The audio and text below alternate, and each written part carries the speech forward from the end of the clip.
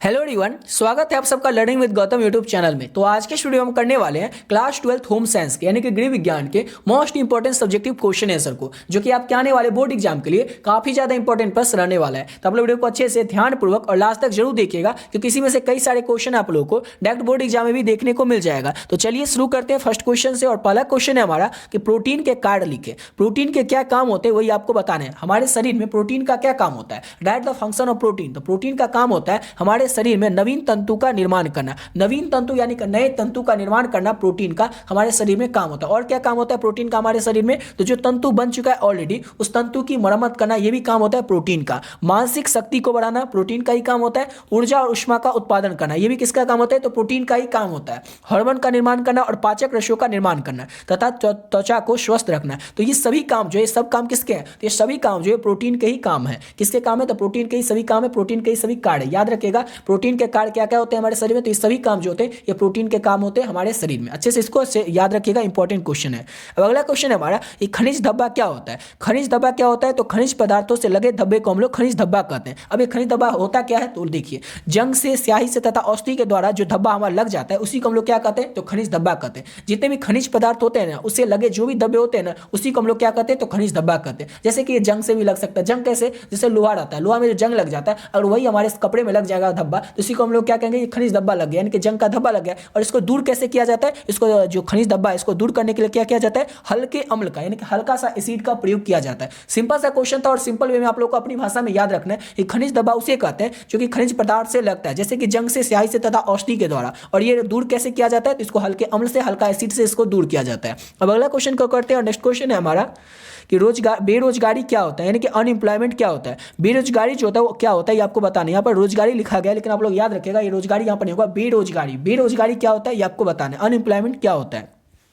तो जब देश में कार्य करने वाली जनशक्ति अधिक तो किंतु काम करने के लिए बढ़ते हुए को प्रचलित मजदूरों पर कार्य नहीं मिलता, उसे ही हम लोग विशेष अवस्था को बेरोजगारी की संज्ञा दी जाती है। यहाँ पर तो आप लोग समझ गए होंगे, लेकिन ये सब आपको लिखना नहीं है, क्योंकि ये सब जो है समझने के लिए था। बस आपको लिखना जो है अपने एग्जाम में अपने भाषा में अपने से जैसे होगा बना करके आप लोग आंसर को लिखिएगा। जैसे अगर आप लोग एग्जाम में देने जाएगा, आपको जो क्वेश्चन पेपर मिलेगा, क्वेश्चन के पहले पेज पर दिया रहता है कि कृपया करके अपनी भाषा में अपने उत्तर को लिखें, यानी कि अपने लैंग्वेज में आपको लिखना है। यहाँ पर सिर्फ आपको समझाने के लिए बता रहे, समझ गए? सिर्फ आप लोग समझ जाइए और इसका पीडीएफ आप लोग को मिल जाएगा व्हाट्सएप ग्रुप पर ही। आप लोग नीचे डिस्क्रिप्शन बॉक्स में व्हाट्सएप ग्रुप का लिंक मिलेगा, वहां से आप लोग व्हाट्सएप ग्रुप में ज्वाइन होकर इसका पीडीएफ ले लीजिएगा। आपको ऐसे फ्री में मिल जाएगा पीडीएफ। उस पीडीएफ को लेकर के आप लोग बार बार बस रिवीजन करना है और एग्जाम में आप लोगों को समझ जाइएगा। याद नहीं करना है, रटना नहीं है, बस आपको समझ के रखना है और एग्जाम में जाकर के अपनी भाषा में अपने उत्तर को लिखना है। जैसे यहाँ पर क्वेश्चन था, सिंपल सा क्वेश्चन है कि बेरोजगारी क्या होता है। याद रखिएगा बेरोजगारी नहीं बेरोजगारी होगा। बेरोजगारी क्या होता है? जब देश में क्या होता है कि जो काम करने वाले लोग होते हैं वो बहुत ज्यादा हो जाते हैं, काम करने वाले की जो जनशक्ति हो जाती है वो बहुत ज्यादा हो जाती है, लेकिन काम होता ही नहीं है। तो क्या होता है, बहुत सारे लोग जो होते हैं ऐसे ही बैठे रहते, वेले बैठे रहते,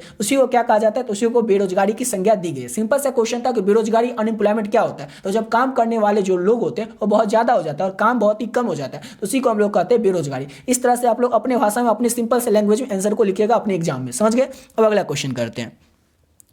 तो नेक्स्ट क्वेश्चन है हमारा कि घरेलू हिसाब किताब के लाभ क्या होते हैं। कोई आदमी अगर घरेलू हिसाब किताब रखता है, जो कितना खर्च हुआ, कितना आमदनी हुआ, इस सब अगर रखता है लिख करके, इससे लाभ क्या होता है, इसके प्रॉफिट क्या होता है, इसके फायदा क्या होता है? तो इससे अधिक क्या होता है? इससे अधिक व्यय करने से बचा जा सकता है, यानी कि अधिक व्यय या व्यय मतलब क्या होता है? अधिक खर्च करने से हम बच सकते हैं। अगर हम लोग लिख लेते हैं कॉपी में इस महीने में हमने ये खर्चा किया, ये खर्चा किया, ये खर्चा किया, तो क्या होगा अगले महीने में हम देख सकते हैं उस कॉपी को उल्टा करके कि क्या क्या हम फालतू खर्चे किए थे उसको नहीं खर्चा करेंगे, तो अपने अधिक खर्चे को बचा सकते हैं, व्यय करने से बच सकते हैं, यानी कि अधिक खर्च करने से बच सकते हैं। तो इस पहला फायदा होता है घरेलू हिसाब किताब रखने से यही कि व्यय करने से, अधिक व्यय करने से, फालतू व्यय करने से, यानी कि फालतू खर्च करने से हम लोग बच सकते हैं। और दूसरा फायदा क्या होता है? तो लाभ का रिकॉर्ड रखने से परिवार की कुल आय व व्यय को जाना जा सकता है। अब हम लोग रिकॉर्ड रखेंगे कि हम लोग कितना घरेलू हिसाब किताब जो रखेंगे, जो पूरा 1 महीने का या 2 महीने का जितना भी साल भर का रखेंगे, उससे हमें क्या पता चलेगा कि हम लोग कितना घर में खर्च करते हैं और हमारी आमदनी कितना होता है। दो बेनिफिट बताना था, दो फायदा बताना था। घरेलू हिसाब किताब के क्या क्या लाभ होता है? तो पहला तो होता है इससे अधिक जो खर्च होता है वो नहीं हो पाता है, और दूसरा होता है कि हमें पता चल जाता है कि हमारे परिवार की आमदनी टोटल मिलाकर के कितनी है और हम टोटल मिलाकर के खर्चा कितना करते हैं। तो ये 2 लाभ होता है घरेलू हिसाब किताब रखने से।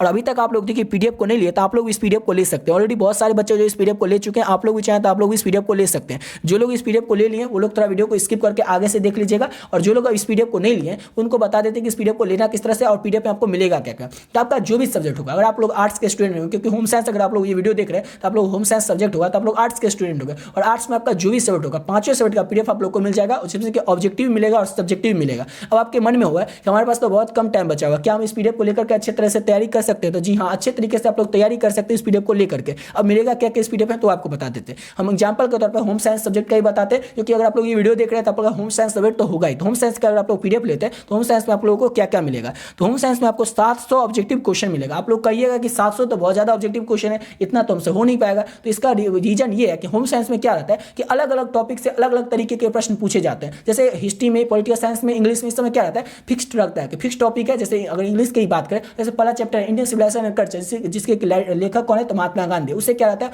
फिक्स क्वेश्चन रहता है कि 5-6 क्वेश्चन फिक्स है, वही क्वेश्चन हर एक साल दोहराया जाता है। लेकिन होम साइंस में क्या है कि फिक्स रहता ही नहीं कोई टॉपिक।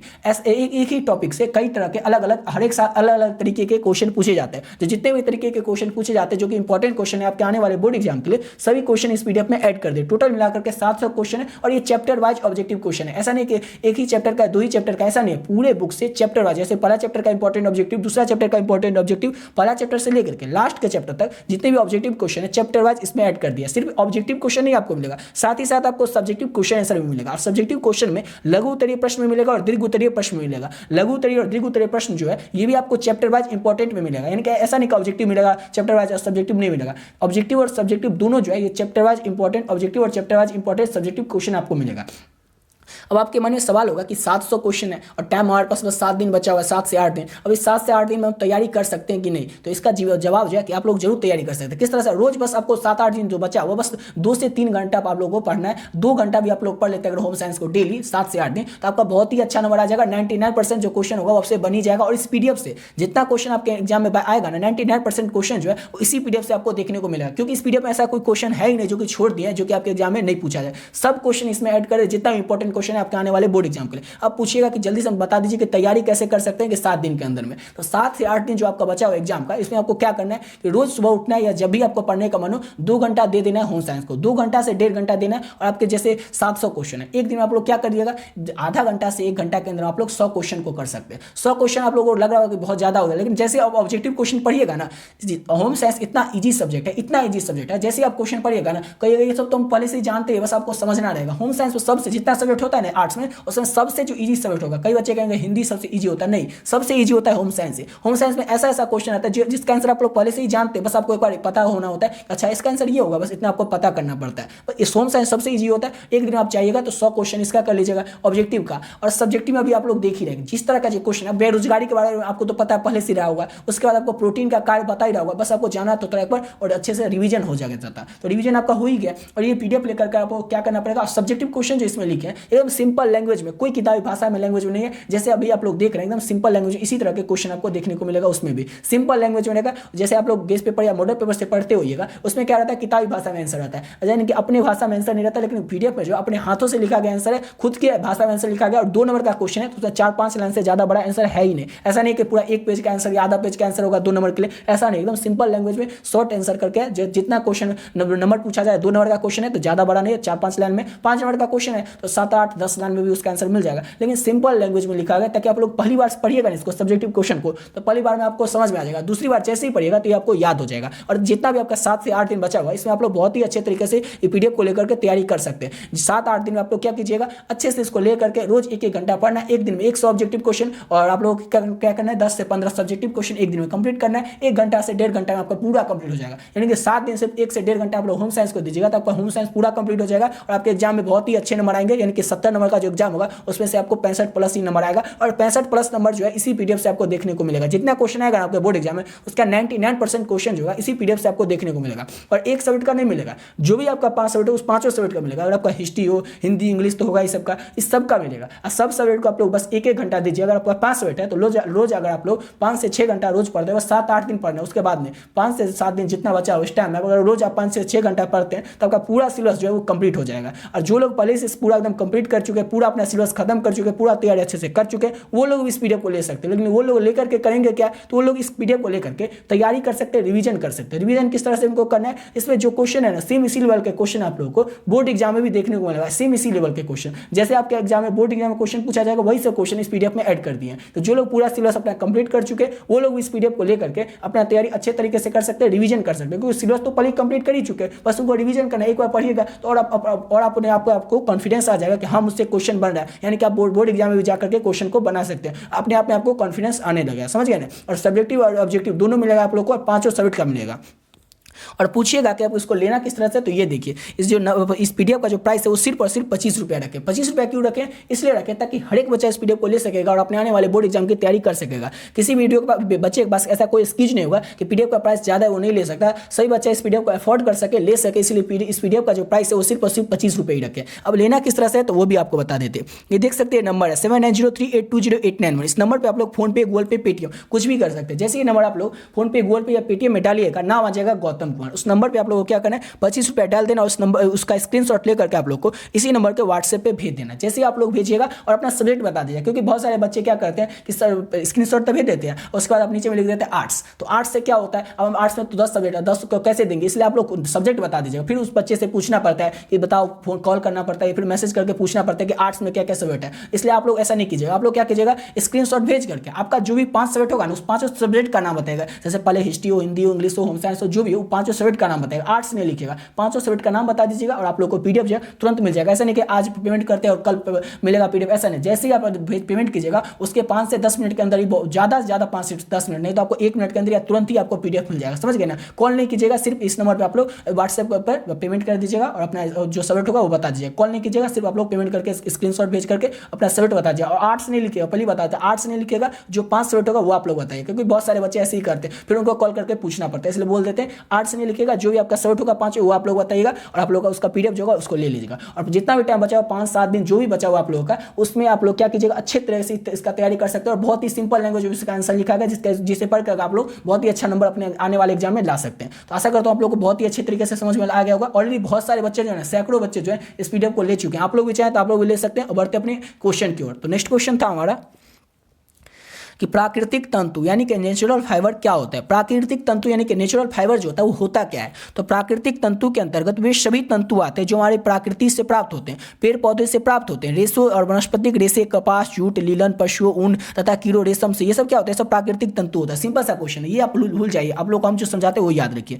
ये प्राकृतिक तंतु यहाँ पर तो पढ़ ले, लेकिन हम जो समझाते हैं वो याद रखिएगा। प्राकृतिक तंतु यानी कि नेचुरल फाइबर क्या होता है, तो प्राकृतिक तंतु वो होता है जो कि हमें क्या होता है, प्राकृतिक से प्राप्त होता है। प्राकृतिक से अब कैसे प्राप्त होता है, जैसे हमें कोई ऐसा तंतु होता है जो कि हमें पेड़ पौधा से प्राप्त होता है, किसी मशीन में, फैक्ट्री में नहीं बनाया जाता है, आदमी के द्वारा नहीं बनाया जाता, वो हमें प्राकृतिक से प्राप्त होता है। नेचुरल यानी कि नेचर से जो हमें प्राप्त होता है, यानी कि प्रकृति से जो प्राप्त होता है उसी को हम लोग कहते हैं प्राकृतिक तंतु। जैसे कि कोई पेड़ पौधे से कोई रेशा प्राप्त हो गया, कोई वनस्पतिक रेशा है, जैसे कपास हो गया, जूट हो गया, लीलन हो गया, या फिर पशु से जो प्राप्त होता है, जैसे भेड़ से जो ऊन प्राप्त होता है, या फिर कीड़ा से जो रेशम प्राप्त होता है, सिल्क प्राप्त होता है, इसी को हम लोग क्या कहते हैं, इसी को हम लोग कहते हैं नेचुरल फाइबर यानी कि प्राकृतिक तंतु। ऐसा तंतु जो कि हमें प्राकृतिक से प्राप्त हो उसे हम लोग क्या कहेंगे, प्राकृतिक तंतु। सिंपल वे में आप लोगों को समझा रहे, ऐसा कोई तंतु जो कि प्राकृतिक से प्राप्त हो उसी को हम कहेंगे प्राकृतिक तंतु, नेचुरल फाइबर। एग्जांपल के तौर पर आप लोग लिख दीजिएगा, जूट, लीलन या फिर पशु के द्वारा ऊन या फिर रेशम, ये सब क्या होता है, ये सब प्राकृतिक तंतु होता है। समझिए। अब अगला क्वेश्चन करते हैं।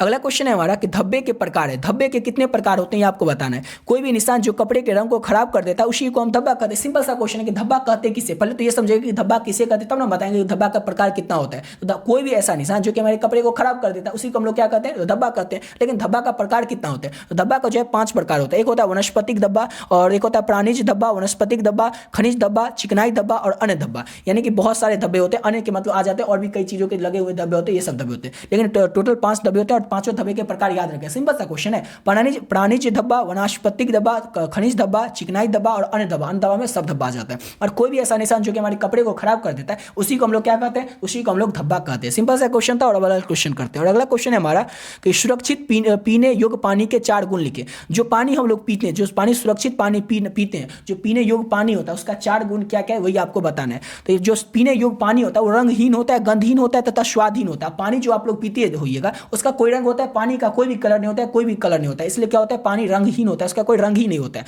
पानी जो होता है वो गंधहीन होता है, क्योंकि पानी में कोई सुगंध ही नहीं होता है, इसलिए पानी गंधहीन होता है। और पानी क्या होता है, स्वादहीन होता है, पानी में कोई स्वाद ही नहीं रहता है, इसलिए पानी क्या होता है, स्वादहीन होता है। तो सुरक्षित जो पीने योग्य पानी होगा उसका पहला गुण यही है कि वो पानी जो होगा रंगहीन होगा, गंधहीन होगा और स्वादहीन होगा। यह मृदु जल होना चाहिए और कठोर नहीं। ये जो होना चाहिए, कठोर पानी नहीं हो तो आप लोग पता ही है, यह पूर्णतः सूक्ष्म जीवाणुओं से रहित होना चाहिए। ऐसा नहीं कि वो जो पानी पियेंगे उसमें कोई सूक्ष्म छोटा सा जीवाणु है जो कि हम देख नहीं पाते हैं लेकिन पी जाए, ऐसा नहीं है। पीने योग्य जो पानी होगा वो सूक्ष्म जीवाणुओं से रहित होगा, यानी कि उसमें कोई सूक्ष्म जीवाणु, छोटा सा जीवाणु नहीं होगा। और चौथा पॉइंट है हमारा, इसमें कोई रेडियोधर्मी तत्व नहीं होना चाहिए। तो ये चार क्या था, तो ये चार पानी पीने योग्य पानी के गुण थे। इस चारों को आप लोग अच्छे से याद रखिएगा।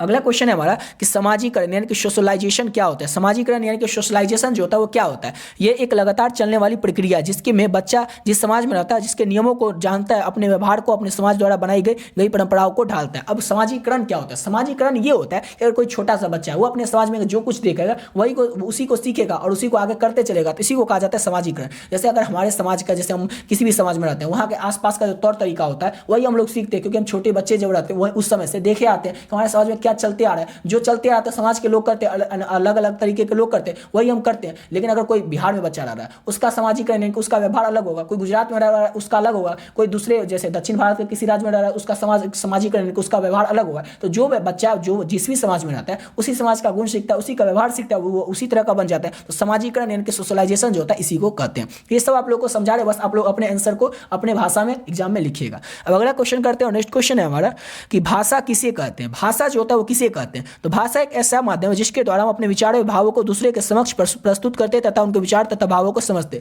भाषा किसे कहते हैं, तो भाषा एक ऐसा माध्यम है जिसके द्वारा हम अपने विचारों और भावों को दूसरे को बता पाते, दूसरे के समक्ष प्रस्तुत कर पाते तथा उनके विचारों और भावों को समझ पाते। जैसे अगर अभी आप बात कीजिएगा, अगर आप लोग बिहार के किसी गांव से, तो किसी से आप लोग हिंदी में या ठेठी में ऐसे ही बात कीजिएगा। लेकिन अगर आप लोग लंदन चल जाए, अमेरिका चल जाए, ब्रिटेन चल जाए या फ्रांस चल जाए, किसी और देश में चल जाए, तो वहां पर तो ये भाषा का नहीं प्रयोग कर दिएगा। यानी कि ऐसा कोई भाषा जिससे आप लोग बोलते हैं या अपनी बात को दूसरे को समझाते हैं, उसी को क्या कहा जाता है, भाषा कहा जाता है। तो समझ गए भाषा किसे कहते हैं। अगला क्वेश्चन करते हैं।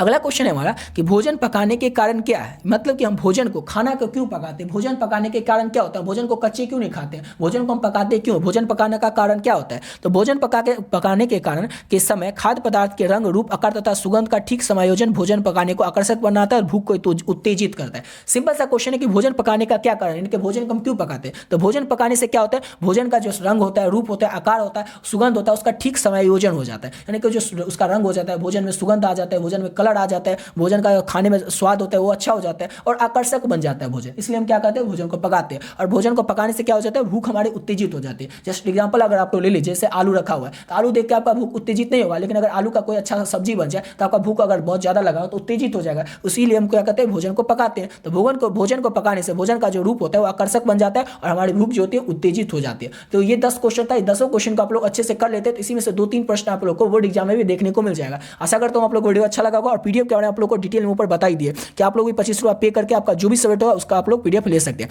और हाँ, अगर आप लोग बिहार बोर्ड के बच्चे होंगे तब तो आप लोग 5 सब्जेक्ट का पीडीएफ ले लीजिएगा। लेकिन अगर आप लोग किसी और बोर्ड के बच्चे होंगे, चाहे आप लोग किसी भी बोर्ड से हो, चाहे आप झारखंड बोर्ड से हो या फिर यूपी बोर्ड से हो, राजस्थान बोर्ड से हो, एमपी बोर्ड से हो, किसी भी बोर्ड से बच्चे हो, तो आप लोग क्या कीजिएगा, इस पीडीएफ को जो सिर्फ 3 ही सब्जेक्ट लीजिएगा, क्योंकि हिंदी इंग्लिश सबका अलग रहता है और सब सब्जेक्ट जो होता है उस सबका सेम ही रहता है। हिंदी इंग्लिश जो होता है वो सबका अलग हो जाता है, बिहार बोर्ड का अलग, यूपी बोर्ड का अलग, झारखंड बोर्ड का अलग। इसलिए आप लोग क्या कीजिएगा, किसी और बोर्ड के बच्चे होइएगा तो पहले ही बता दीजिएगा मेरा यूपी बोर्ड है या फिर ये बोर्ड है और मेरे को 3 ही सब्जेक्ट का पीडीएफ चाहिए। समझ गए, हिंदी इंग्लिश का आपका अलग होगा। लेकिन अगर बिहार बोर्ड के आप लोग बच्चे होंगे तब तो आप लोग सब सब्जेक्ट ले सकते हैं और अच्छे तरीके से अपनी तैयारी को कर सकते हैं। आशा करता हूं आप लोग को वीडियो अच्छा लगा होगा। तो मिलते हैं नेक्स्ट वीडियो में नए वीडियो के साथ।